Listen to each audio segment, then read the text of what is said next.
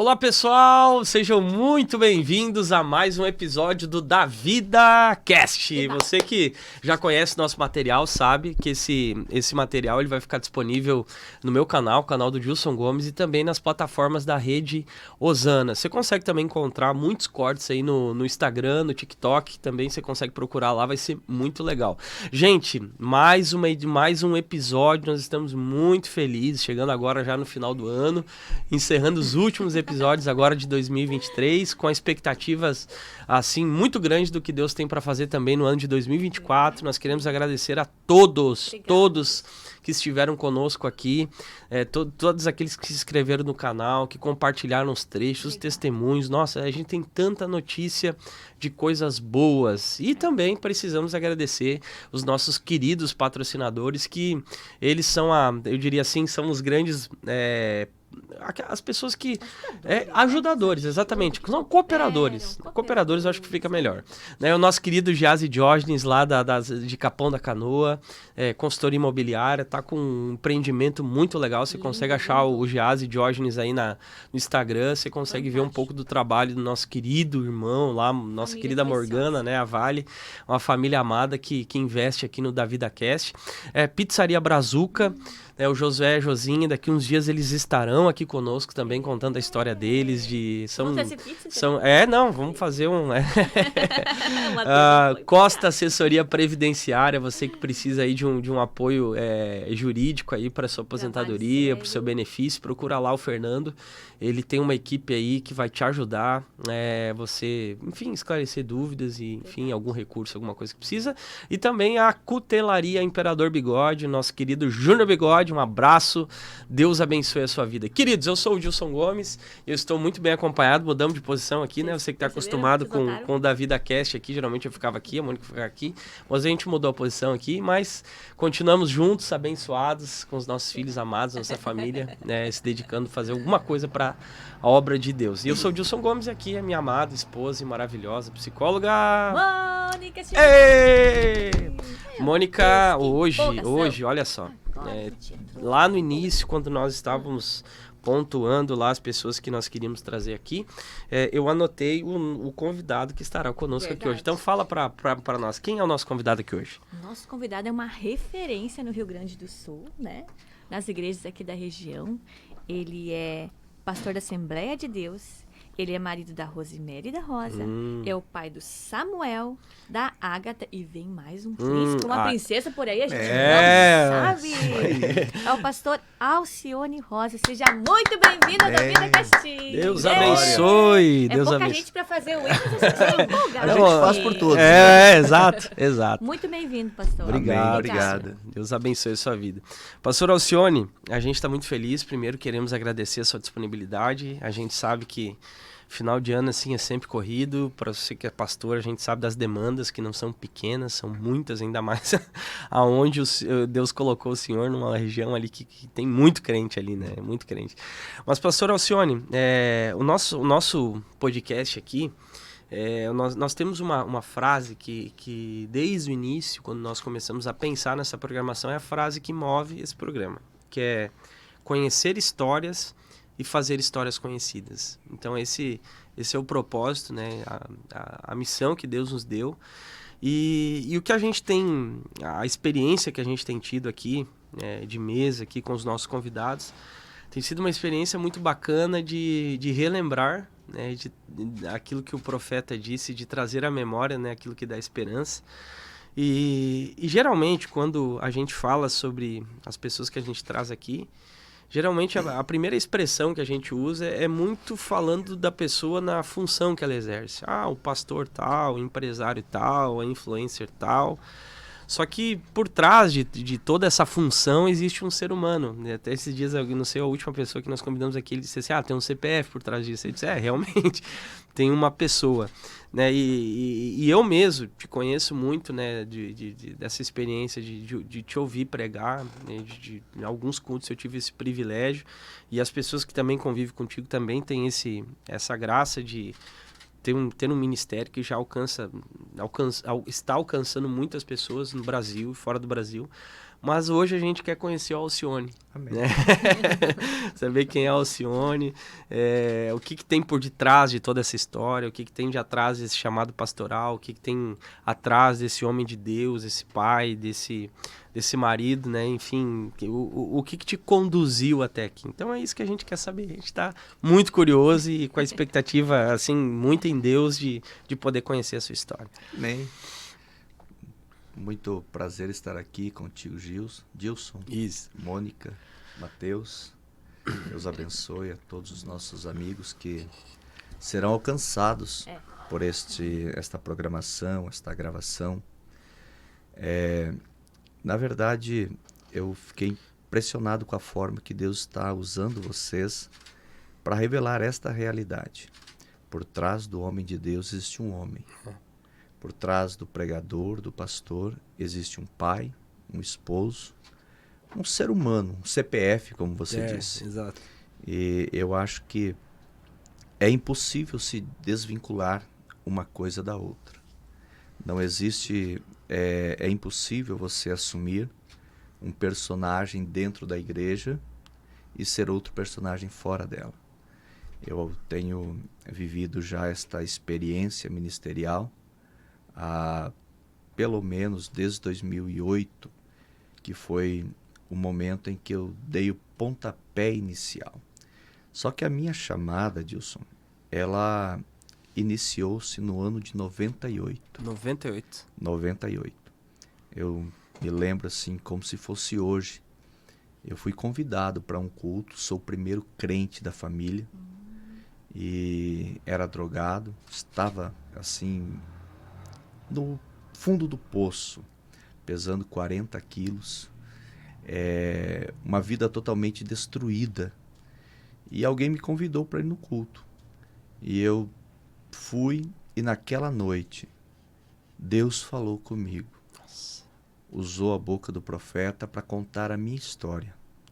E naquela noite Jesus me batizou com o Espírito Santo. Nossa, no primeiro culto. Primeiro culto. Foi uma experiência assim que me marcou. E ali eu já não senti mais vontade de usar drogas.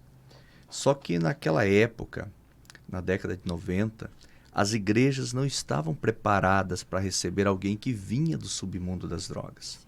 Existia ainda um preconceito muito grande. Eu digo para algumas pessoas que eu teimei em ser crente. Porque Insistiu? eu insisti, eu teimei. Porque eu sentia rejeição na pele. Eu andava de skate, eu fazia tatuagem, eu era a vida louca. Aí eu tento mudar, eu venho para um ambiente que para mim é tudo novo. E eu imaginava que seria acolhido. Só que a experiência que eu tive foi de rejeição. E aí, assim, a gente seleciona nos dedos as pessoas que olharam para mim e me abraçaram naquele momento. Tem uma pessoa, e a gente vê assim a grandeza do evangelho, ele foi o meu discipulador. Ele insistia comigo. Sim. Eu parava na frente da casa dele e ele começava a falar de Bíblia, Bíblia, Bíblia. E hoje esse homem congrega junto comigo. Nossa. Eu sou pastor dele. Sabe? Que orgulho para ele, né? É uma honra, assim, eu sempre procuro honrá-lo. Irmão Oswaldo Particelli, um abraço, você vai ouvir isso. Mas foi o homem que me discipulou, que acreditou em mim. Então, eu fui para o Desafio Jovem pelo fato de achar que eu não conseguiria permanecer de pé fora no ambiente da igreja. Fiquei 11 meses e 23 dias no desafio e depois eu saí. Sabe, e foi algo assim muito impressionante, porque quando eu saí do desafio, eu estava trabalhando, eu sou marceneiro por profissão, e eu estava trabalhando na marcenaria. E eu me desliguei, fui lá e disse, não quero mais, eu vou cuidar da minha vida, eu vou me tratar, eu preciso desse momento para mim. Tu tomou essa decisão? Eu tomei essa decisão. Conversei com o pastor Roque e tomei essa decisão. E 11 meses e 23 dias depois, num sábado, eu saí do desafio e cheguei em casa. Numa sexta-feira. Eu saí do desafio e cheguei em casa 9h30 da noite. Quando eu chego em casa, Mônica, a minha irmã disse bem assim, o que tu tá fazendo aqui? Eu disse, eu voltei, eu terminei meu tratamento. E ela disse, tá, mas como tu sabia? Eu disse, do que você está falando? Ela disse, hoje de manhã, o teu ex-patrão veio aqui perguntar quando que você voltaria. Nossa. Glória a E ele Deus disse, preparou. olha, quando você voltar, é para te ir procurar ele, que a tua vaga está te esperando. Bênção, olha só. Eu cheguei na sexta-feira, no sábado de manhã eu conversei com ele, segunda-feira eu Já comecei a começou trabalhar. Olha só. Então, Bênção. a minha vida ela foi gerada dentro dessas manifestações de Deus. E eu aprendi algo no desafio, a observar os sinais que Deus vai te dando. Sim. Porque Deus nem sempre vai falar claramente para você. Só Ele vai te dando sinais. Ele vai apontando. Ele né? vai apontando, Ele vai Com te dando uma clareza. direção. E você, quando você tem essa sensibilidade, você percebe, opa, Deus está me direcionando para cá. E foi exatamente isso que aconteceu. E o que eu fiz? Eu saí do desafio, eu vim congregar. Eu vim ser crente na igreja. Eu fui porteiro, eu fui auxiliar, eu trabalhei em todas as áreas da igreja, eu fui professor de escola dominical, eu fui líder de jovem, eu vim congregar. Eu congreguei de 99 a 2007. E no dia 15 de julho de 2007, 2 dias antes do pastor Luiz Antônio falecer, ele me chamou. E ele me disse, Alcione, a hora de Deus para o teu ministério chegou. Eu vou te dar 4 conselhos para te ser um pregador itinerante. Eu nunca pensei nisso, Dilson. Nunca pensei nisso. Eu estava há 2 anos casado. Sabe, aquilo ali me deu algo na cabeça. Eu disse, pode ser. E ele me deu esses 4 conselhos, dia 15 de julho de 2007. Dia 17 ele morreu. Nossa. Naquele acidente fatídico em São Paulo. E a partir dali a minha vida ela tomou uma nova proporção. Porque eu sempre trouxe comigo uma ideia de que a minha vida, meu ministério, eles vão ser direcionados pela minha liderança. Eu tenho essa ideia, que Deus vai usar a minha liderança para me direcionar. E foi o que aconteceu. E eu comecei a pregar e indo num lugar, indo no outro, daqui a pouco as coisas começaram a acontecer. E para a glória de Deus, eu preguei em 23 estados do Brasil. Nossa. Faltou pouco. Em 15 anos de ministério, preguei em 23 estados, 17 nações diferentes. Deus abriu as portas. Deus fez algo lindo na minha vida. E nesse tempo que eu ministrei, preguei, eu cresci. Sabe, eu aprendi, eu evoluí como ser humano, eu conheci pessoas. E eu sempre trago comigo assim uma ideia, que são 3 fatores que moldarão quem você é, que vão te moldar, que são os livros que você lê, as amizades que você tem, as viagens que você faz. Isso aí, ela traz um leque transformador na tua vida. E eu percebo hoje, há 4 anos já pastoreando, eu percebo hoje que isso foi fundamental para a formação do Alcione hoje. Hoje eu consigo trazer aquilo que eu vivi na itinerância, as rejeições, as humilhações, as glórias, a honra que a gente teve, porque a gente vai oscilando em altos Sim. e baixos. Nem sempre você vai ser aplaudido, nem sempre você vai se dar bem na mensagem, nem sempre você vai conseguir alcançar o objetivo esperado, proposto pelos organizadores. Então são N fatores que vão formando a tua vida, formando o teu caráter, formando as tuas convicções, porque eu acredito que são nesses momentos que você começa a gerar em ti mesmo uma convicção de que você está fazendo o que Deus determina para você fazer. Sim, e daí quanto maior a convicção, menor essa necessidade de aprovação. Isto. Né? Que eu acho que esse é a grande dificuldade de todo ser humano, em tudo que faz, né? E a gente vive um tempo de uma geração que ela precisa desta autoaprovação das pessoas. Ela faz algo para ser aprovada, ela quer uma reação do seu público. E eu tenho meditado muito nesses dias, porque todo final de ano é um tempo em que eu sou um pastor setorial na Assembleia de Deus de Canudos, e todo final de ano a gente precisa sentar, orar e fazer algumas mudanças necessárias, fazer uma avaliação do ano que você passou, do trabalho, da dimensão do trabalho, como foi, o que precisa mudar, o que precisa ser relocado. E você sabe que eu sempre gosto de escolher um texto para meditar. E eu tenho meditado muito, muito, muito mesmo na questão de Gideão. Sabe, esse texto ele tem me consumido, eu tenho buscado dissecar o máximo que eu posso Cada detalhe. desse texto. E uma das coisas que eu tenho falado para as pessoas que eu tenho chegado para conversar, apresentado as necessidades da igreja, convidado alguns para fazer parte dos departamentos, atender congregação, é exatamente isso.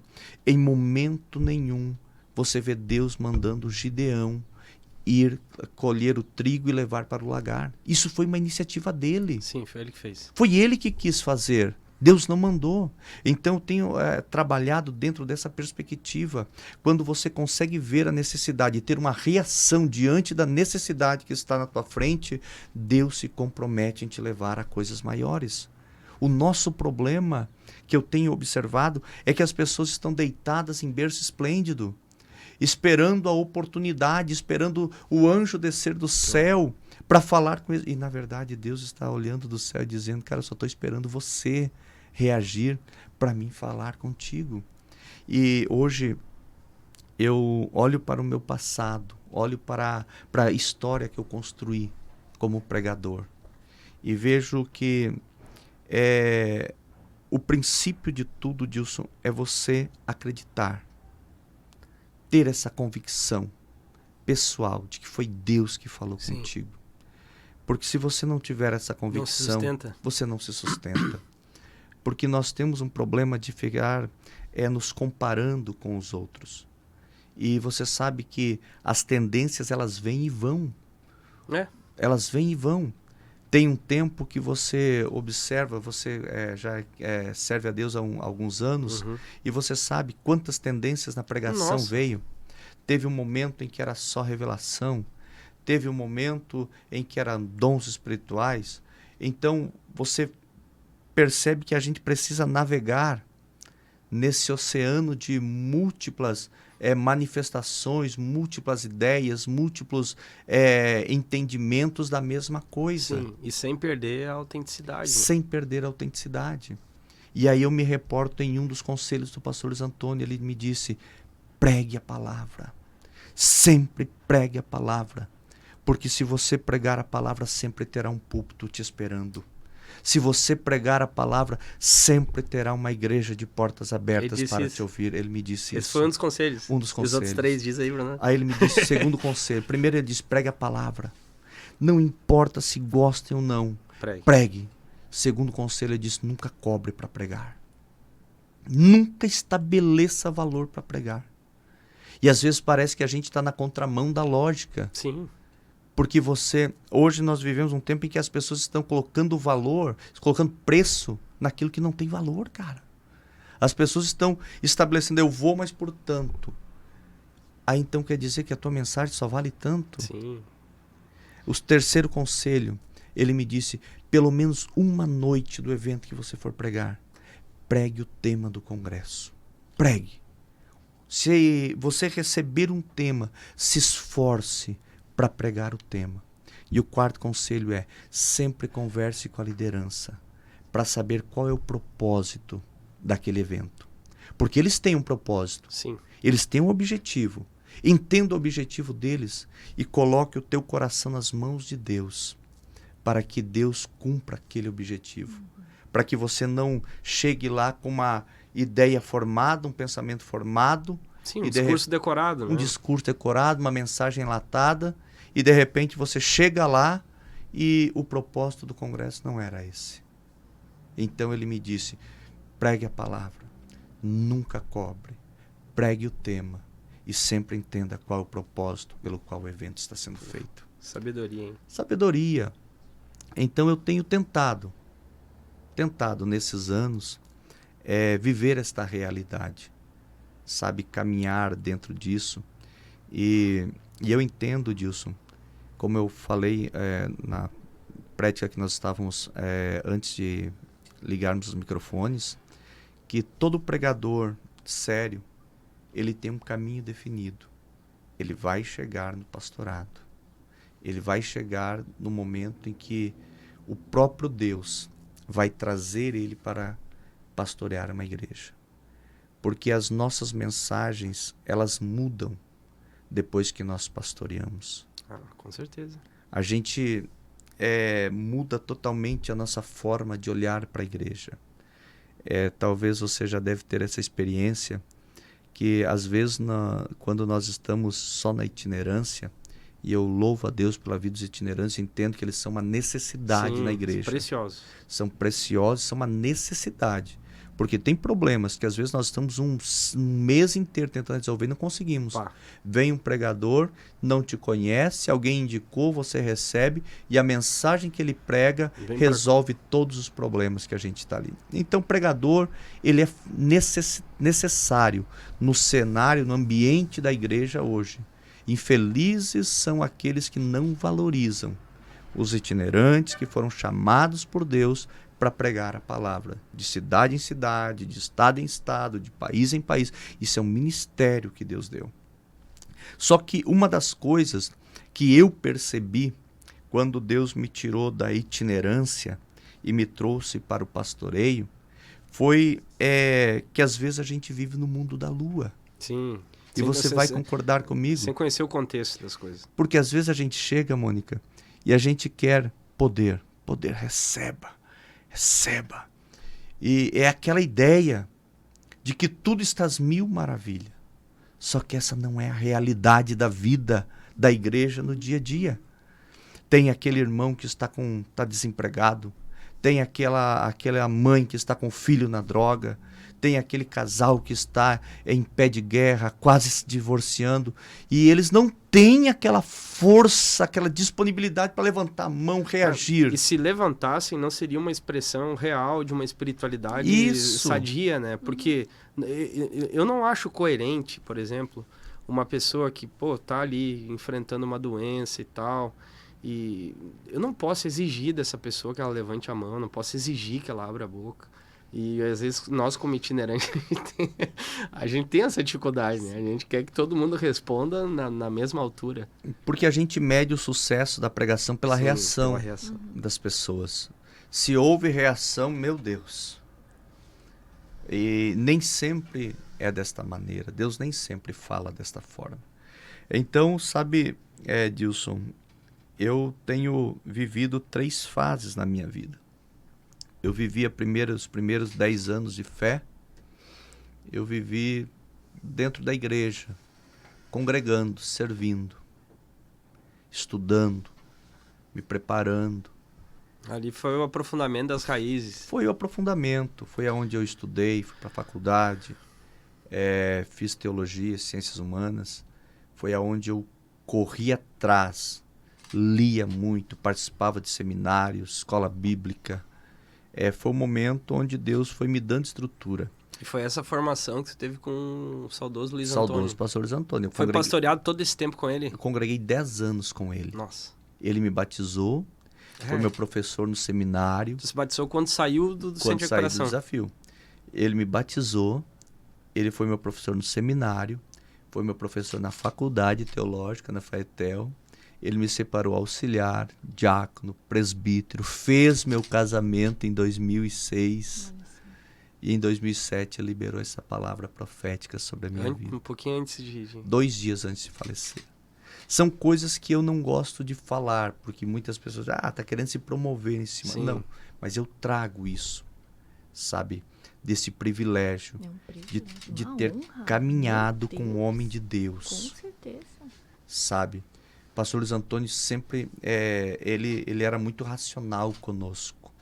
Às vezes eu sou da Roselândia, ele nos encontrava na rua e ele parava o carro, às vezes que ele ia no pastor Rubens ou alguma coisa, parava o carro, chamava a gente, abria o vidro e disse: meu filho, como é que você está? Tô bem, pastor. Amém. Qual foi a mensagem que Deus te deu por último? Qual foi a última mensagem que Deus te deu? Qual foi a última mensagem que tu pregou? Eu preguei sobre tal. Prega para mim. E ele baixava o carro e você tinha que pregar para ele. Daí eu falei isso. Ele, tá bom. Sabe? Então, são experiências assim que a gente teve com ele, sabe? Um dia ele me disse assim, ó, Deus nunca vai te levar num lugar que tu não esteja preparado para ir. Deus só vai te levar até onde você tem condição para ir. Porque Deus não vai te levar em lugar nenhum para passar vergonha. Hoje, no auge dos meus 44 anos, já não mais um guri, não mais alguém que não sabia. Eu só tinha um sonho, uma palavra profética e eu vou viver. Sabe, e uma esposa, que eu já vou falar dela, que me apoiou desde o início. Ela calçou o pé e disse, não, tô contigo. Sabe? E então, assim, no início eu só tinha isso. Um sonho, uma palavra liberada sobre a minha vida. E fui. E as coisas foram acontecendo automaticamente, Deus. Porque eu acredito que o Deus que chama é o Deus que provê todas as coisas. É o Deus que tem as portas certas para você entrar. É o Deus que tem as conexões certas para você fazer. É o Deus que vai fechando portas que vão te prejudicar depois. Sabe? E logo depois que eu ouvi essa palavra do pastor Luiz Antônio, comecei a pregar, eu fui surpreendido por Deus. Você sabe que ninguém quer pagar passagem aérea para um pregador desconhecido, não é verdade? Sim. Ninguém quer. Mas o Deus que chama, ele nos surpreende, irmão. Eu fui uma vez a São Paulo, comprei uma passagem só. E eu estava me preparando para ir novamente. E de repente um amigo me liga.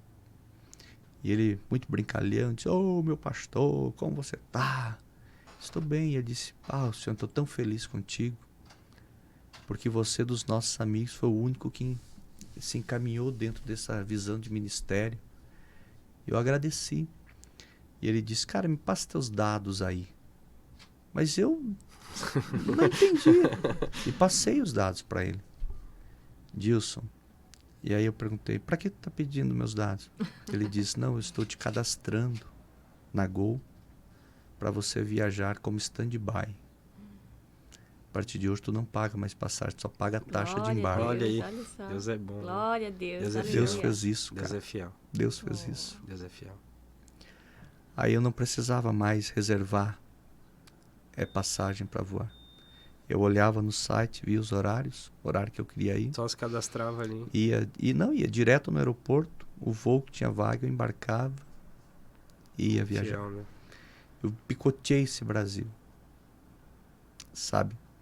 Então eu sempre digo assim, eu seria a pessoa mais injusta do mundo com Deus se eu não acreditasse na chamada que Ele me deu. Porque, cara, Ele foi provando diariamente que Ele era comigo. E você sabe que a gente, quando tem essa chamada, essa disponibilidade, se coloca nas mãos de Deus, a preocupação é com a família. E com a família. Eu sempre gostei de ler. E Deus me deu uma experiência assim que, fora de série. Tinha um sebo em Novo Hamburgo. Eu fui lá e comprei um monte de revistas científicas e trouxe para casa. Eu estava casado, aí saí da firma e agora me caiu a ficha. E agora? Tô aqui com o monte. E eu sentei, me lembro até hoje, irmã Mônica, Dilson, que eu sentei no sofá e botei as mãos na cabeça e disse, meu Deus, o que eu fiz da minha vida? E agora? Naquela hora, irmão, uma voz falou comigo, pega aquela revista, no meio de uma pilha assim de revistas, fui no meio e peguei uma revista. Quando eu abri a revista, caiu uma nota de R$50 novinha. Nossa. Como se tivesse sido tirada do banco naquele momento. Sim. Quando aquela nota caiu no chão, aquela voz falou comigo e disse, eu cuido de ti. Nossa. Meu Deus. Cuida do que é meu, que eu cuido de ti. E Deus tem cuidado. Deus tem sido fiel. Nossa. Então são essas experiências que nos levam a ver o verdadeiro significado de um chamado. sabe? E como eu disse, o chamado da itinerância ele tem um tempo, porque a gente vai passando. Final de semana passada eu preguei o Congresso de Jovens de Rolante e eu disse pro pastor Gilmar, eu disse, minha mensagem não é mais para jovem, não é mais para jovem. Eu preguei 10 anos consecutivos no Congresso de Jovens no Carnaval em Alagoas. Preguei esse ano, foi o último ano. Ano que vem eu não vou. Aí eu disse pro pastor Eliseu, que é um grande amigo, disse para alguns irmãos lá, disse, 10 anos eu venho no mesmo congresso.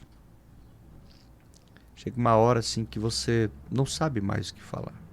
Porque a gente começa a conviver com a igreja no dia a dia e você não tem mais aquela vibe, aquela pegada. E hoje as mensagens elas estão com um estilo culturizado. As pessoas querem essa mensagem que mexa com o teu ego, que bichinho de Jacó, você é vencedor. E a gente no dia a dia da igreja, você sabe que, não sustenta, sabe que isso não sustenta. Então, a gente como pregador tem o desafio de manter a tua consciência com Deus e ser sincero com a igreja. E pastoreando jovens que vão estar ali saltando, pulando, cheio de Deus, pulando naquele momento, você sabe que amanhã ele vai estar quebrado. Então eu disse para o pastor Gilmar, disse, a minha mensagem não é mais uma mensagem para os jovens. Eu estou pregando agora para a terceira idade. Essa é a visão. Minhas mensagens estão mais para a terceira idade, para o círculo de oração. Sabe, Dilson? Porque existe um tempo. E eu percebo assim a grandeza de Deus. Porque, cara, o meu tempo na pregação passou. Agora é o teu tempo. É o tempo de uma nova geração. Eu acho que Deus bacana tá também levantando. essa de tu... É que nem aquele jogador, né? Que sabe que o corpo já não rende mais tanto e tal. Eu acho que fazer essa leitura de saber que o ministério transicionou é impressionante, né? Porque às vezes a gente vê pessoas extremamente desgastadas tentando insistir em algo que já passou. Então, eu entendo assim. Cara, eu sento para ouvir essa nova geração e eu tô lá dando glória, chorando junto com eles. Porque eu tive a minha oportunidade e eu aproveitei. Aproveitou. Cara, eu aproveitei, eu viajei, eu vivi experiências, eu entrei nas portas que se abriram, entende? E eu entendo que agora Deus me trouxe para uma nova realidade. E Deus, ele faz isso no melhor momento da tua vida. Uhum. Eu tinha recém-chegado dos Estados Unidos, estava com agendas lá, sabe? No ano de 2018, 2019, eu fiz 3 viagens internacionais. Eu fui para a África, fui para a Europa e fui para os Estados Unidos. Nossa, foi bênção demais. Já tinha ido em 2018, 2 vezes na África e 1 vez na Europa. Aí 2019, aí chego em Novo Hamburgo, estava congregando em Canudos, saudoso pastor Jesus Vilande. Me chama. Estava eu e a minha esposa, num sábado de tarde, tinha culto das crianças na sede. E ele me chama e ele diz, meu filho, eu tenho um desafio para ti. Tu topa? Eu disse, topo. Ele me olhou assustado assim, e ele disse, mas tu topa mesmo? Eu disse, topo. Tá, mas tu não vai orar? Eu disse, não, mas o senhor já orou. E ele olhou para mim e disse, tá, mas e se eu não orei? Eu disse, não, daí eu vou ir por obediência. Aí ele olhou pra mim e bateu no meu ombro e disse, eu gosto de ti, negão. Eu gosto de ti. Eu gostei de ti. Então, como eu disse, eu sempre entendi que o meu ministério, a minha vida, ela é dirigida pela minha liderança. Eu acredito que não vou ser indelicado, nem constranger ninguém ao falar isso, mas hoje a igreja me dá uma pequena ajuda, que é um pouco a mais do que o dízimo que eu dava. Porque Deus me abençoou muito na itinerância. Muito mesmo. E alguém falou para mim outro dia, mas tu perde dinheiro, tu paga para pastorear. Eu disse, cara, nós precisamos fazer história. Entendermos que eu não estou trabalhando para o pastor Enilton, eu estou trabalhando para Deus. No tempo que eu estou aqui, eu estou construindo a minha história. Estou fazendo aquilo que Deus me propôs. Porque se eu não passar por esse momento, eu não vou chegar aonde Deus quer. Então eu entendo desta forma, sabe, Dilson? Uhum. Se hoje o pastor Enilton me chamasse e dissesse, Alcione, tu não serve mais para o meu quadro de obreiro, eu estou com outra visão, eu agradeceria e entenderia que é o tempo de Deus. Porque eu entendo, assim, que o direcionamento para a minha vida vem pela vida da minha liderança. Eu aprendi isso desde a base, da raiz, com o saudoso pastor Luiz Antônio. Desde o início nós aprendemos assim, sabe? Então, o que eu penso que está faltando nesta nossa geração é eles entenderem este princípio que Deus não quebra. Deus não vai descer do céu e falar com eles, dizendo, eu quero que tu vá lá e faça tal coisa. Não, Deus vai direcionar pela vida da sua liderança. E vai preparar esse caminho. É esse o caminho. É o caminho que Deus sempre fez. É o caminho que Deus traçou. E muita gente, Edilson, está se frustrando pelo fato de que eu respondo só a Deus. Eu faço, Deus me falou. Ok, Deus me falou, mas Deus me falou e eu preciso estar debaixo de uma liderança para ter um ministério de sucesso. Então eu acredito, sabe, que se Deus me deu graça, me sustentou nestes anos que eu vivi, que eu viajei, que eu preguei, foi porque eu sempre tive essa consciência. Eu participava da ceia na minha congregação. Eu dizimava na minha congregação. Eu congreguei 20 anos na Roselândia. Na mesma congregação, não saí dali. Eu permaneci naquele caminho. Naquele mesmo lugar, onde eu aceitei a Jesus, eu fui consagrado a evangelista. Passei todos os processos, daí casei lá. Que ano casou? Casei em 2006. 2006. Pastor, olha só, nós vamos continuar essa história. Mas é interessante quando o pastor fala dessa questão de viajar, do ministério itinerante. Imagina, 2006. Como é que o senhor percebe o papel da sua esposa na parte da compreensão, de lhe abençoar? Como é que ela lidou com tudo isso? Ela entendeu da mesma forma? Como é que é isso? Porque às vezes os jovens têm muito isso, né? A gente fala muito para jovens aqui. Enfim, para todos os públicos, mas essa questão de que o teu cônjuge tem que estar de acordo com o teu chamado, vocês têm que, de uma certa forma, combinar com aquilo que Deus tem, né, para a vida do marido, enfim. Como é que é isso para vocês? Olha, foi como eu falei no início, que ela sempre me apoiou. Antes de nós iniciarmos qualquer relacionamento, eu disse para ela, tu sabe que eu tenho uma chamada. E ela aceitou o desafio. Quando Deus me chamou para a itinerância em 2008, que eu me desliguei da empresa e comecei a pregar, nós estávamos há 2 anos casados. Sim. Quando eu me Tinha desliguei... filho já? Não. Quando eu me desliguei da empresa e comecei a pregar, ela foi a minha maior incentivadora, sabe? Ela era a pessoa que estava orando por mim, que às vezes mandava uma mensagem, eu estou orando por ti. Eu nunca fiz nada, não tomei nenhuma decisão que ela não estivesse de acordo. Então eu acredito assim, que é essa parceria ministerial. Porque se a tua esposa ou o teu esposo não acreditar na tua chamada, não acreditar que você é um homem de Deus, uma mulher de Deus, que merece a minha confiança, então não tem ministério. Precisa partir desse princípio de confiança. Ela saber o esposo que tem, ele saber a esposa que tem.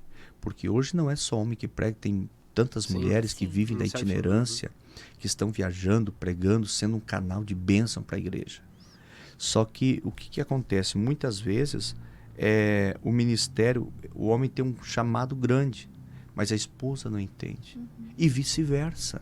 A mulher tem um chamado tremendo, mas o esposo não compreende, não consegue acompanhar. Porque nem sempre a minha esposa conseguiu ir junto. Porque ela trabalhava, ela fazia faculdade, sabe? Então, como os pais dela, ela é filha única, moravam perto, davam esse suporte. E eu sempre entendi o limite até onde eu podia ir. sabe? Eu sempre prezei por isso. Eu preferia não ganhar ou ganhar menos do que estender uma estadia em algum lugar. Sempre tive esse cuidado de dar assistência como esposo, como chefe da casa, para ela olhar para mim e me ver como sacerdote do nosso lar. E também a questão dos nossos filhos. Sabe, quando veio Samuel, em 2014, eu ainda estava viajando, estava pregando. E ela sempre segurou a barra. Sabe, eu tenho um orgulho da mulher que Deus me deu, da esposa, da companheira que Deus me deu. Eu tenho um orgulho da pessoa que sempre esteve do meu lado. Quando eu disse para ela, eu vou parar, eu não quero mais, chega, eu vou voltar a trabalhar. Ela olhou para mim e disse, eu não casei com um homem para estar dentro de uma firma trabalhando. Eu casei com um homem que se dedicaria ao altar. Sabe, aquilo ali para mim foi uma injeção de ânimo que eu caminhei muito tempo em cima daquela palavra. Então eu acho que é essa concordância, sabe, que nós precisamos ter. Nós precisamos ter essa visão, essa concordância. O casal precisa sonhar juntos, porque a pessoa que não estiver disposta a suportar o processo contigo não vai poder viver o propósito que Deus tem com a tua vida. E o que a gente está vendo são ministérios gloriosos sendo destruídos. Porque a base, né? Não tem base. Casou com a pessoa errada, se iludiu com a aparência, entendeu? E são ministérios que nunca vão se levantar. Primeiro vento já vai ficar. Primeiro vento já fica. O que eu percebo, pastor Alcione, eu acho que nesse contexto a gente tem ambientes muito parecidos, né? Que a questão da viagem, da correria, vai para cá, vai para lá, ela te gera uma não vou dizer empolgação, mas às vezes tu tá extremamente assim convicto, mas daqui a pouco tu te murcha assim de uma forma absurda, né? Então é nesse momento que se tu não tiver uma mulher de Deus do teu lado para calma, vai dar tudo certo e tal. E eu vejo que às vezes o cara tá muito mal, a mulher tá muito bem. Às vezes a mulher não tá legal, o cara tá bem. Então eu acho que... E a gente tem que entender esses picos. Exatamente. Então hoje eu vejo assim, por exemplo, para a questão profissional da Mônica, teve vários momentos em que ela pensou em largar tudo, assim, porque a faculdade tem os seus dias. E se eu não tivesse ali, eu acho que ela teria desistido. E vice-versa. Inúmeras vezes eu pensei em desistir do ministério e tal. Às vezes não é nem do ministério, às vezes é das dificuldades que o cara tá passando momentaneamente, né? E são as nossas frustrações, exato, né? Exato. Às vezes a expectativa é muito alta em alguma coisa, ou enfim. E assim, nós não queremos assumir a nossa humanidade. É verdade. Esse é o problema. Nós não somos super-homens. Nós somos seres humanos. A gente está frágil, a gente está ferido, machucado às vezes. E tem uma frase que eu gosto muito de usar, que é assim, homens e mulheres a quem Deus confiou coisas grandes são como águias, machucados pela solidão das alturas, devido à grandeza do que Deus colocou sobre eles. Forte. Você não vê águia voando ao nível de pardal. Águia não voa em bando. Águia é solitária. Quando alguém vê uma águia voando, ela está majestosa. Só que ninguém viu as guerras que ela travou para enfrentar as tempestades, longe dos olhos humanos. Então eu trago isso comigo. Sabe, Dilson? Ninguém conhece as guerras que nós travamos no secreto. Ninguém conhece. Quem nos vê no altar, liberando uma palavra profética, pregando cheio de Deus, não sabe as batalhas que nós travamos. As guerras. E se nós não tivermos, Mônica, alguém do nosso lado? É porque lá não tem, né? Tu tira as ataduras, tua família tá vendo, né? Lá não tem como você mascarar quem você é. Você precisa ser o pastor para o teu filho, pastor para tua esposa, pastor para tua família. É ali que as nossas fragilidades elas começam a aparecer. E muita gente tenta viver um personagem que não existe. E eu acho que esse tem sido um dos grandes problemas de quedas. Pessoas que se colocam num patamar tão elevado, tão inatingível, que quando acontece alguma coisa, ele não tem estrutura. Porque é como diz Tiago, aquele que usou de misericórdia, aquele que não usou de misericórdia, clamará e não alcançará também. Às vezes a gente é tão... tem aquele... Isso não é um salvo-conduto para você pisar em princípios. Mas às vezes a gente é tão apontador, aponta, questiona. Não, o fulano fez, o fulano errou, o fulano... Mas vai conhecer a história da pessoa. O que ela passou, a falta do apoio que ele teve. Quantos pregadores nós conhecemos que hoje estão parados, desistiram de tudo, pararam na fé, foram para outras áreas da vida. Será que eles não tinham convicção da chamada? Tinham. Tinha. Eu duvido que eles começaram assim. Eles não queriam isso. Mas às vezes é a falta de alguém para nós conversarmos. A falta de alguém para você abrir o coração. A falta de alguém para você chorar, ligar, pedir, me ajuda, ora por mim. Nós temos falta disso, somos águia, machucados pela solidão das alturas. Porque as pessoas estão querendo pegar as tuas fragilidades para te expor. Então, são essas coisas. Infelizmente, o mundo gospel, ele gerou uma caça de falhas. Pessoas estão tentando... Estão ganhando like em cima disso. Né? Estão dando like, estão dando palco para isso. E só tem palco porque tem espectador. Entendeu? Nós não estamos mais vendo o malefício que isso está causando. Então, sabe, Dilson, falta para a nossa geração, sempre faltou pessoas de confiança. Uma vez eu fui conversar com uma irmã, ela e o esposo estavam com um problema sério. Daí ela me disse, tu sabe por que nós não confessamos? Eu disse, não, porque falta homens de confiança. Assim. Falta homens de confiança. E a pior coisa é tu confessar uma fragilidade para alguém que vai se aproveitar daquilo. Entende? Então, eu percebo assim que nós somos homens de Deus no altar, no dia a dia, na nossa vida. Só que está faltando muitas vezes a empatia. Empatia. Aí às vezes Deus está trabalhando na minha vida, na tua vida. Hoje a tua agenda é disputadíssima. Mas daqui a pouco Deus precisa trabalhar em ti. Precisa te moldar, trabalhar para cumprir o projeto, o propósito que Ele tem. E Ele fecha as portas. Sim. E alguém vai olhar e vai te desprezar, porque tu não tem fraco, o que dar. Não é mais o que era. Não é mais o que era. Entendeu? Então são essas coisas. Hoje, Dilson, eu vejo assim que eu sempre senti falta de sentar e conversar com alguém, com um amigo, desde que não seja para falar de agenda. Eu não queria falar de agenda. Eu só queria sentar e conversar com um amigo, dar risada, tomar uma Coca-Cola gelada, tomar um chimarrão, sabe, tomar um café, falar de qualquer coisa, menos de agenda, de pregação. Então, eu acho que o grande desafio dessa geração de pregadores é eles conseguirem transpor essa realidade que muitos estão vivendo. Eles não falam, mas eles estão vivendo. Sabe, é uma disputa para ver quem prega melhor, para ver quem tem a melhor mensagem, para ver quem arrebata mais multidão. Então são umas coisas assim que, se nós não tivermos maturidade, elas podem nos afetar. E quando entra nesse joguinho, tu fica muito vulnerável, né? Como pregador, você é solitário. Sim. Eu sempre tive comigo, sou eu e a minha família. Sou eu e minha esposa e meus filhos. Eu não recebia ninguém na minha casa.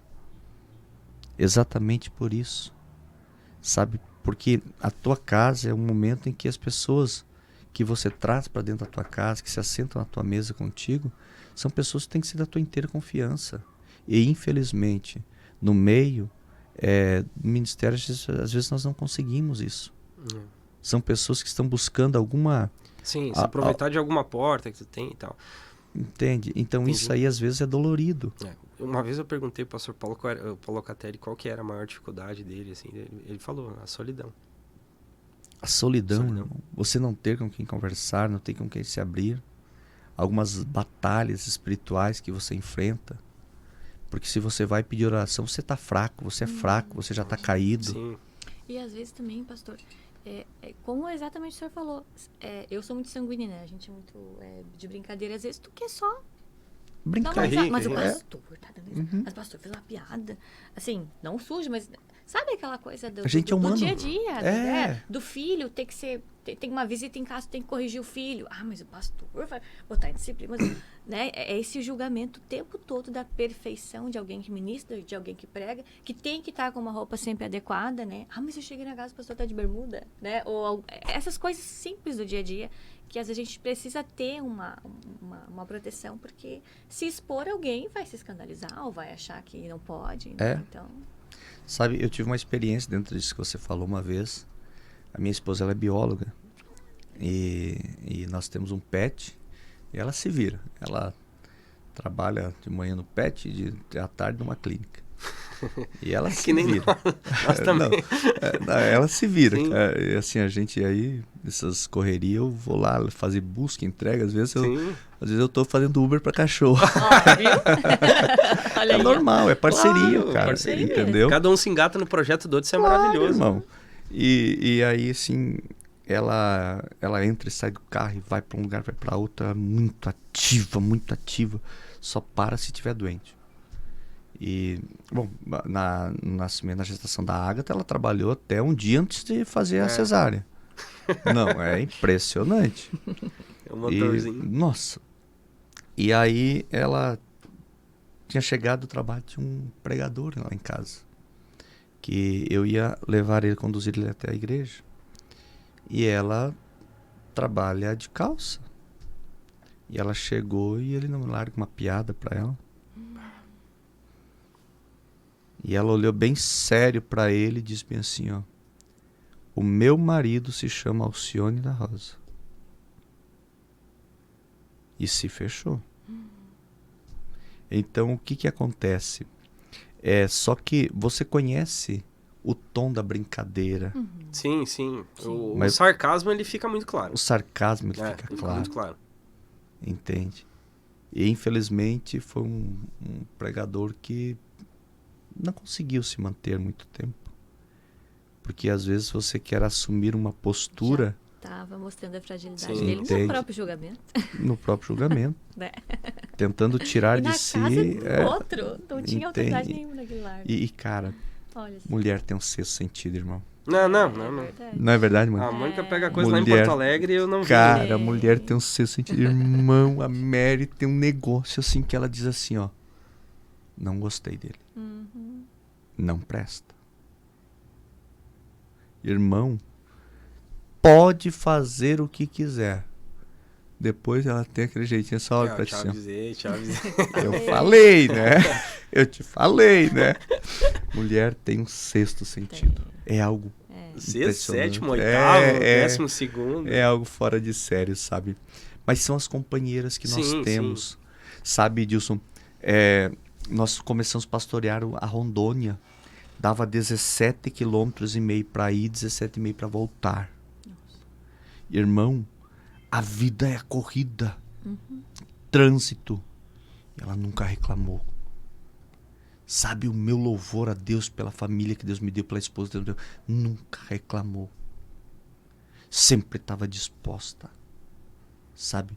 E nós precisamos aprender a blindar as nossas esposas, irmão. Blindar as nossas esposas. Porque a minha esposa não tem como participar de todos os departamentos de oração, isso, aquilo. Não tem. Ela trabalha com o departamento das crianças, que é o que ela ama fazer. Não tem. E aí a gente precisa aprender a blindar. Uma certa ocasião, o irmão veio querer dar o ar da graça. Mas a pastora não participa, não sei o quê. Aí eu olhei para essa pessoa e disse bem assim, irmão, entende só uma coisa. Picando. Ela é a minha esposa. Ela é a pastora lá dentro da nossa casa. Para cuidar do nosso lar, da nossa casa, filhos. nossa família, nossos filhos. Entendeu? Ela trabalha. Ela tem 2 trabalhos, que nem a mãe do Cristo. Meu esposo tem 2 trabalhos, empregos. Ela tem 2 trabalhos. E eu nunca vou exigir dela algo a mais do que ela está fazendo. Não vou, irmão, não vou. Entendeu? Não vou. Porque quando eu assumi a igreja, o pastor Jesus sabia, ela trabalha. Faça conforme você pode. Mas a gente está vendo pessoas que estão sacrificando suas famílias, exigindo coisas que não tem como ser feita, Dilson. E expondo também, né? Porque é óbvio que existem mulheres que foram chamadas para isso, né? Mas o que eu vejo, assim, às vezes é de algumas pessoas que elas vão na pressão popular, porque se for pelo povo, eles vão querer que a tua esposa faça isso, que tu faça isso, que teus filhos façam isso, que o teu filho vai ter que ser um músico, o outro vai ter que ser o... Então, quando tu cede a essa pressão pública, tu fica exposto... E a pressão pública é assim, hoje ela ama, daqui 2 dias ela odeia. É simples. Né? E tem gente que entra nesse embaraço, né? Eu acho isso muito perigoso. E assim, eu acho que aí a gente tem que ter essa maturidade, blindar.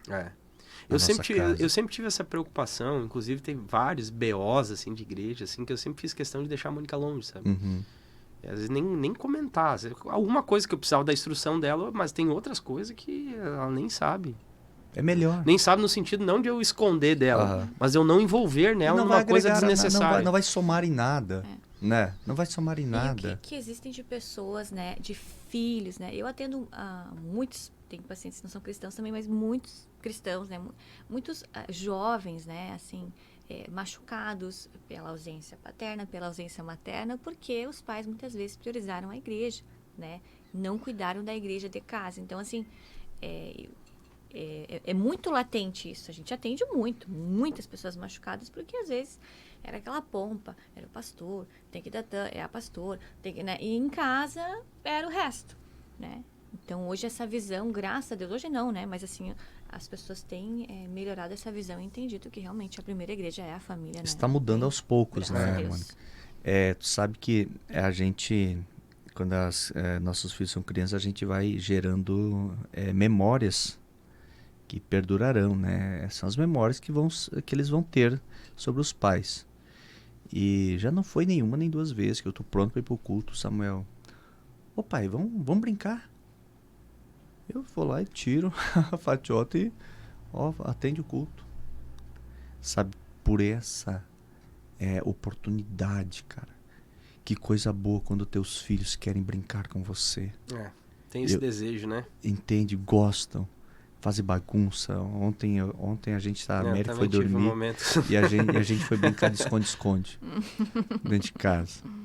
A gente foi brincar de esconde-esconde e aquela festa toda. Cara, são memórias que estão sendo construídas dos nossos filhos, irmão. Que eles percebem que o mais importante para o pai e para a mãe dele não é a igreja. O mais importante são eles. A gente tenta fazer isso. É difícil. Não é fácil. Mas a gente tenta. Sabe, Dilson? Levar nossos filhos a entenderem isso. Porque, irmão, são mundos totalmente diferentes.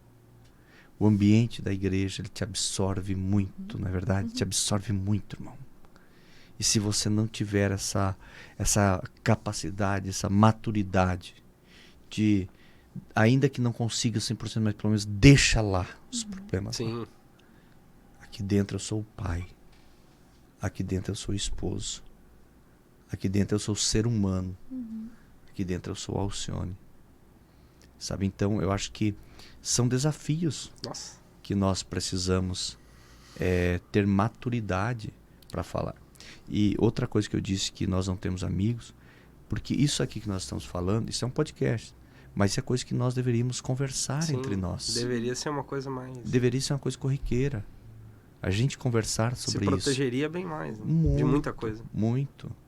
Sabe, Dilson? E outra coisa a respeito de ministério, que eu sempre tive, cara. E eu hoje faço isso com os obreiros que trabalham comigo.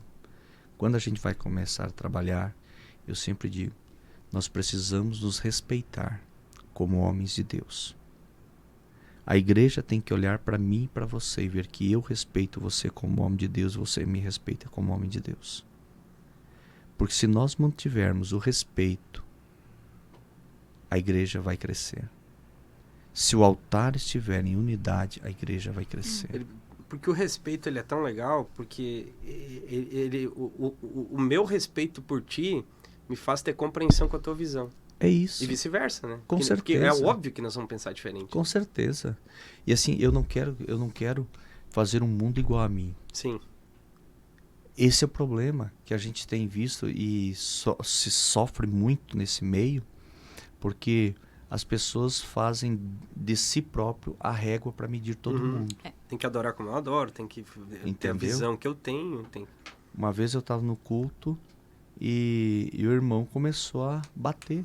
Porque você já pregou em alguns cultos que eu estive, nas igrejas que eu pastoreei, e eu tenho meu jeitinho quieto. Eu choro quietinho, eu tô ali no meu canto, eu levanto a mão, eu adoro. Eu tô naquele jeito. É a minha forma de adorar. Rapaz, e o camarada começou a bater em cima. Que o altar é gelado, que se os obreiros não reagem, os obreiros, a igreja tá pegando fogo, os obreiros, assim, a igreja pegando fogo e os obreiros estão mortos, os obreiros estão com a cara fechada, não sei o quê.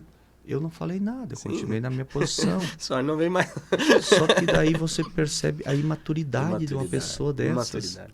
Imaturidade. Sabe? Ela quer uma reprodução dela mesma ali, né? Entende? Então, eu acho que a vida ministerial, o ministério itinerante, ele me ensinou isso. Sim. Ele me ensinou isso e eu tento trazer isso para a igreja. Sabe? Tento trazer isso para a igreja. E esses são os desafios que nós temos, Dilson. Na vida, hoje eu estou, como você conhece bem, no quepão, como eles dizem, né? E, cara, Deus está nos abençoando muito, mano. Coisa linda. Muito esse ano, sabe? Juntos da família, mais próximo. Mais próximo. Deve ser muito legal, né? Muito bom. Aí reformamos toda a igreja, sabe? Tá linda a igreja. É bonita, né? Tu tem que ir lá. Ela tem uma arquitetura muito legal. Tem, sabe? Tá muito bonita a igreja, tá linda, linda, linda, sabe? Pra glória de Deus, esse ano batizamos 47 pessoas. Nossa, olha que bênção. Deus é fiel, né? Deus é muito bom. Sabe? Então, assim, nós temos um pastor que tem nos apoiado muito no trabalho, sabe? Nos dado liberdade para trabalhar. E, só tenho a agradecer a Deus, cara. Bênção. Só tenho a agradecer a Deus por agora... Não sou tão velho, tô com 44 anos, mas agora estou... Tem, mas agora, assim, sabe, o que eu acho muito bacana é que as experiências que eu tolhi na caminhada, hoje eu estou conseguindo compartilhar com as pessoas, sabe? E eu vejo assim, ontem eu fui conversar com um casal que vai assumir a liderança da juventude, e aí eles, no final, assim... Daí falei, aceitaram o convite deles bem assim pra mim. Tá, pastor, mas assim, ó, tu vai ficar, né? só pra nós. Tu vai ficar, né? Não vou te tirar daqui. Eu disse, não, eu vou ficar, vou trabalhar. Ah, não, se tu ficar, a gente encara.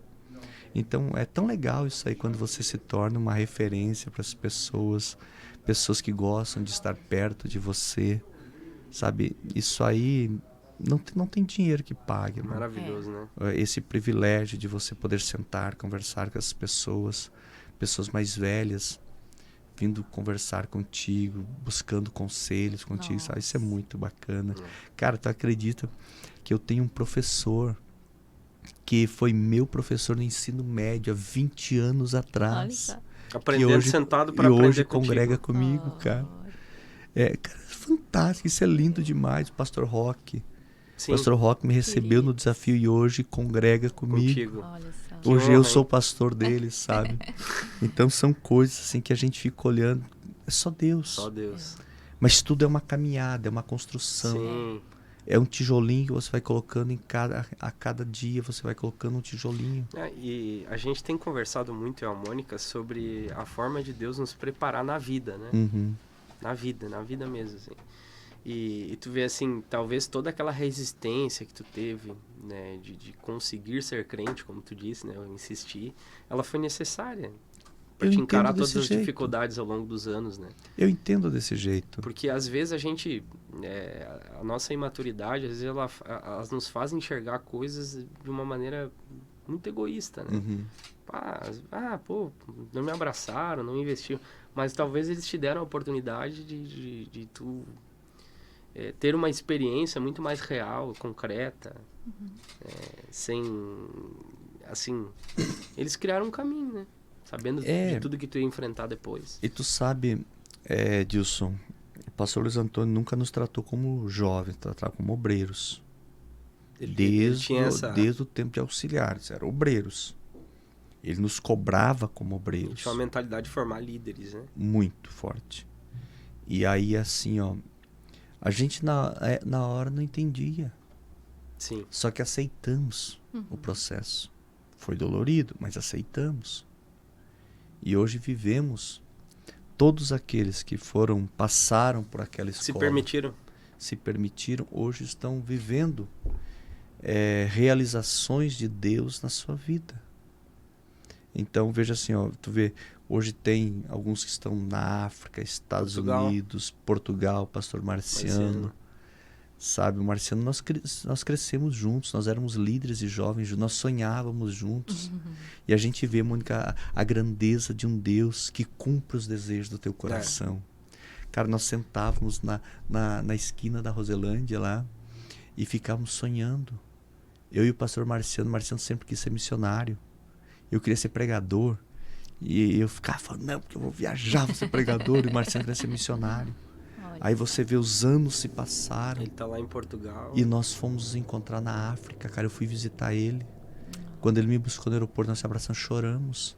Olha só. Sabe, porque nós estamos vendo o Deus do céu realizando os nossos sonhos. E numa conversa normal, assim. Normal. Né? Eu me lembro que tinha um menino que a gente se recuperou junto. E nós também, a gente sentava assim no final do dia, assim, sabe como é que é a cena de recuperação? Tu fica meio desanimado, às vezes. Daí me dizia, Dilson, um dia, Deus vai te levantar aqui na região, Dilson, tu vai ser uma... Eu dizia, E eu dizia, que legal, né, cara? E daí a gente ficava conversando, será que um dia que a gente vai conseguir ter família e tal? E hoje, tudo que nós conversávamos lá, de maneira despretensiosa, Deus estava ali. Né? É pela pureza e a sinceridade do nosso coração, sabe? Porque eu sempre tive assim pra mim, eu nunca busquei por status. Eu quis ser útil. Exato. Eu quis ser útil. Exato. Eu queria sonhar ser útil no reino de Deus. Aí você vê os caminhos que Deus vai traçando, porque, Dilson, tudo está interligado. Tudo no reino está interligado. Olha como Deus é perfeito. Eu fui algumas vezes fui 5 vezes à África com o Marciano. Aí eu tinha ido algumas vezes a Portugal e conheci um pastor João Bosco, grande amigo. Aí o pastor Marciano precisava de alguém para pregar na reinauguração do templo, na pré-inauguração do templo lá em Cabo Verde. Eu não podia ir. Aí eu disse, leva o pastor João Bosco. O Marciano levou o pastor João Bosco. Aí fizeram uma amizade. Quando o Marciano vai voltar para o Brasil, ele me ligou. E eu disse, cara, não volta, vai para Portugal. Mas vou para onde? Aí o pastor João Bosco. Conexão. O pastor João Bosco abriu as portas para ele e hoje ele está lá. Aí, cara, tudo está interligado no reino, irmão. Aí, olha só. Aí agora tem um rapaz de Portugal que vai vir fazer um estágio aqui no Desafio. E através desse estágio, o pastor João Bosco já disponibilizou uma área de terra para fazer um desafio jovem lá em Figueira da Foz. Nossa, olha só que legal. Pô, que legal. Sabe, então, assim, ó, uma coisa está interligada à outra. No reino, nada é em vão, cara. São essas conexões que a gente vai percebendo. Conversas simples que se tornam conversas poderosas, né? Entende? Deus vai trazendo à existência o que não existe, como se já fosse, né? Pô, que legal. Então, é muito bacana isso aí. Você vê, e uma das coisas que eu tenho trazido para mim e trabalhado muito com os obreiros que eu tenho o prazer de servir a Deus, é o seguinte: nós temos que tirar aquela mentalidade, eu não posso. Nós temos que tirar essa mentalidade. Por que não você? Eu tenho batido nessa tecla, por que não você? Nós estamos orando por um avivamento, por um derramamento sobrenatural. Por que Deus não pode começar por mim? Sim. Por que Deus não pode começar por você? Por que Deus não pode começar através do teu ministério, fazer, revolucionar como fez com John Wesley, Charles Wesley, Finney, como fez com tantos outros homens? Nós temos, nós usamos essa mentalidade pequena, diminutiva. Eu não posso. Não, Deus vai levantar. Quero aparecer, quero ficar escondidinho. Entende? É quase uma cultura no nosso meio. Mas sabe? Deus, o anjo disse para Gideão, cara, vai nessa tua força. Pois é. Vai na tua força. Porque Deus vai ser contigo. Se tu encarar quem você é, seja quem você é. Se você assumir a tua humanidade, Deus vai ser contigo. Vai nessa tua força que Deus vai ser contigo. Então é isso. Por que não nós, Gilson? Sabe? Eu tenho orado nesse sentido, Mônica. Eu tenho dito para Jesus nas minhas orações. Mas me envolve no processo. Eu quero fazer parte. É isso aí. Eu quero fazer parte. É isso aí. Entendeu? Eu quero fazer parte. Eu me doei pro altar, cara. Eu quero fazer parte. Eu quero viver esse avivamento. Entende? A gente vê as pessoas dizendo, a igreja não é mais a mesma. Porque hoje isso. Porque não tem mais mover, não tem mais poder, não tem mais cura, não tem mais milagre. Irmão, eu tô orando por milagre. Sabe, eu tô orando para Jesus curar nos cultos. Eu tô orando para Jesus curar. Eu tô orando para Jesus batizar com o Espírito Santo. Eu tô orando para Jesus transformar. Eu quero viver isso. Eu não quero ficar de fora, mano. Sim. Sabe, eu quero... Se Deus vai fazer, cara... Que Deus me dê a oportunidade de estar envolvido nisso. Eu quero estar no meio disso aí tudo. Chega dessa pseudo-humildade. Porque a glória de Deus... A glória é dele, mas a alegria é minha. Ele envolve pessoas. A alegria é minha. É isso Ele deu esse privilégio para nós. Por que não desfrutar? É isso. Tu vai esconder uma luz debaixo da essa cama? Crítica ela é uma transferência de responsabilidade.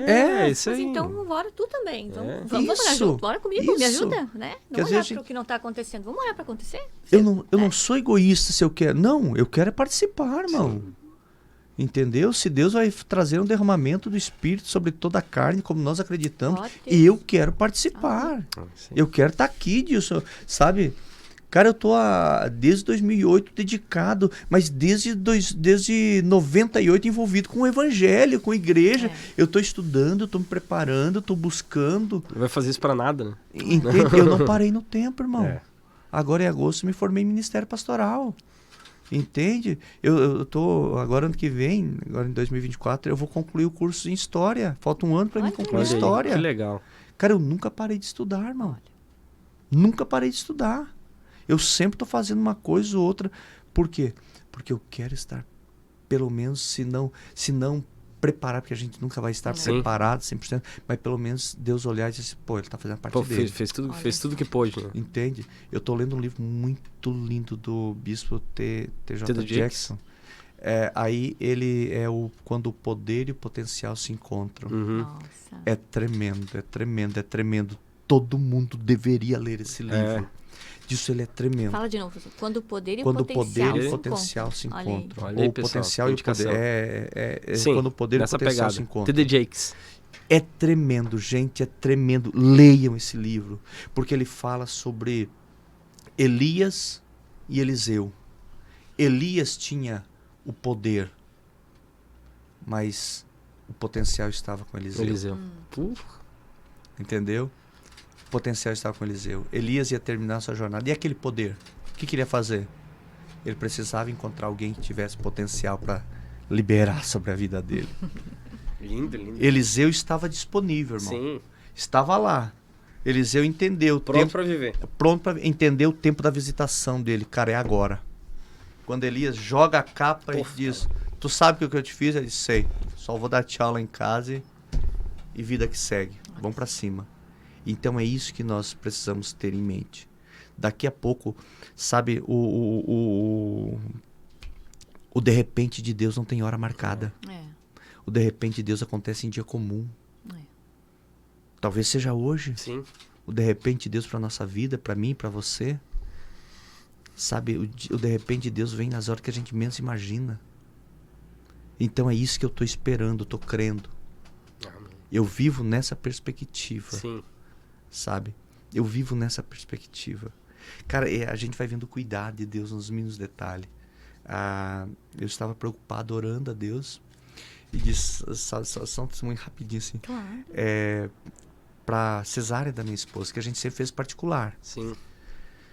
E eu orei e disse, Senhor, eu hoje estou nessa situação e eu preciso que o Senhor faça um milagre. Eu não tenho. A Mary não pode ganhar normal. Eu não sei o que o Senhor vai fazer, mas sei que o Senhor vai fazer. Há acho que uns 20 dias atrás, eu fui numa carreata do Desafio Jovens Gideões, lá na Roselândia. Cheguei na Palmares, tinha um irmão que estava subindo a pé. Eu disse, não, vou te levar atrás, porque tinha uma mateada lá, um almoço. Aí peguei o camarada e levei. Só estacionei o carro para soltar ele, um rapaz veio, nós estamos com uma rifa aí, não quer comprar um número? Eu disse, cara, nunca ganhei nada disso aí. Eu disse, eu nem vou comprar porque eu não ganhei. Não, mas vai, compra. Daí tinha um outro irmão que estava do lado e disse, não, compra. Se tu comprar, eu compro. Olha. Daí eu disse, então tá, eu disse para ele assim, eu vou profetizar na tua vida, tu vai ganhar os 3 prêmios, compra 3 números, tu vai ganhar 3 prêmios. Era R$10 o número. Olha só. Lá não pega o telefone para pagar em Pix. E eu botei a mão no bolso, tinha R$15. Disse, tá, me dá um número. Cara, não ganhei uma moto. Meu Deus, sério? Olha, que show! Ganhei Apaga a moto. cesárea. Ganhei a moto. Aí assim, eu peguei, comprei e fui embora. Dali a pouco tá me ligando. Pensa, olha só. Tu ganhou a moto, cara. Eu disse, cuidado de Deus, Wilson. É verdade. É o cuidado de Deus. Olha só, que beleza. Lindo, lindo. É Deus te dando sinais que eu falei no início. Sinais. Porque às vezes não é nem a moto, né? Não nem é a a moto, é o não sinal. a moto, é o sinal. É o sinal. É a nota de 50 no meio da revista. Entende? É o sinal do cuidado, né? É o sinal. É Deus dizendo, eu não te abandonei. Esses dias Bom, essas histórias Vai tem mil muitas, né? testemunhos, Mas a gente recebeu uma oferta que eu disse pra Mônica, isso aqui não é o valor. É só Deus dizendo que o momento é difícil, é um momento complicado, mas não vai faltar nada. Não, quantas vezes, só finalizar também, né? Mas quantas vezes no início da minha conversão, eu dependia de ônibus, né? De ônibus para a igreja adolescente. E aí eu não tinha dinheiro para o ônibus, minha mãe também não tinha. E aí eu pensava, nossa, a pé dava uma hora e meia, sei lá, a pé. E aí o Espírito Santo dizia para mim, vai olhar teus casacos. Cheguei a me emocionar. Eu olhava meus casacos, tinha 2, 5. Tinha o dinheiro da passagem. Então, É o que tu precisava. Então, Sabe, são essas Deus coisas. livre, Eu acho que a nossa geração precisa trazer à memória o que pode dar esperança. Isso dá esperança. Exato. E essa fé... essa fé, porque a gente sempre pensa em fé, milagre, ações sobrenaturais como uma coisa específica de um templo religioso, de um final de uma conferência, mas eu penso que aquela coisa, a frase, os milagres acontecem a todo momento, né? A todo momento. Acho que a gente perceber, ter essa sinergia de perceber que tem alguma coisa muito extraordinária acontecendo. Né? Porque, sabe, uma das coisas que eu tenho levado à igreja, ensinado na igreja é assim, por que nós desistimos de orar? Porque você não vê o agir de Deus. Só que aí é que nós deveríamos orar. Você vê Atos 12. A igreja está na casa de Maria, mãe de João Marcos, orando. E o anjo está longe dos olhos dele, trabalhando lá na prisão.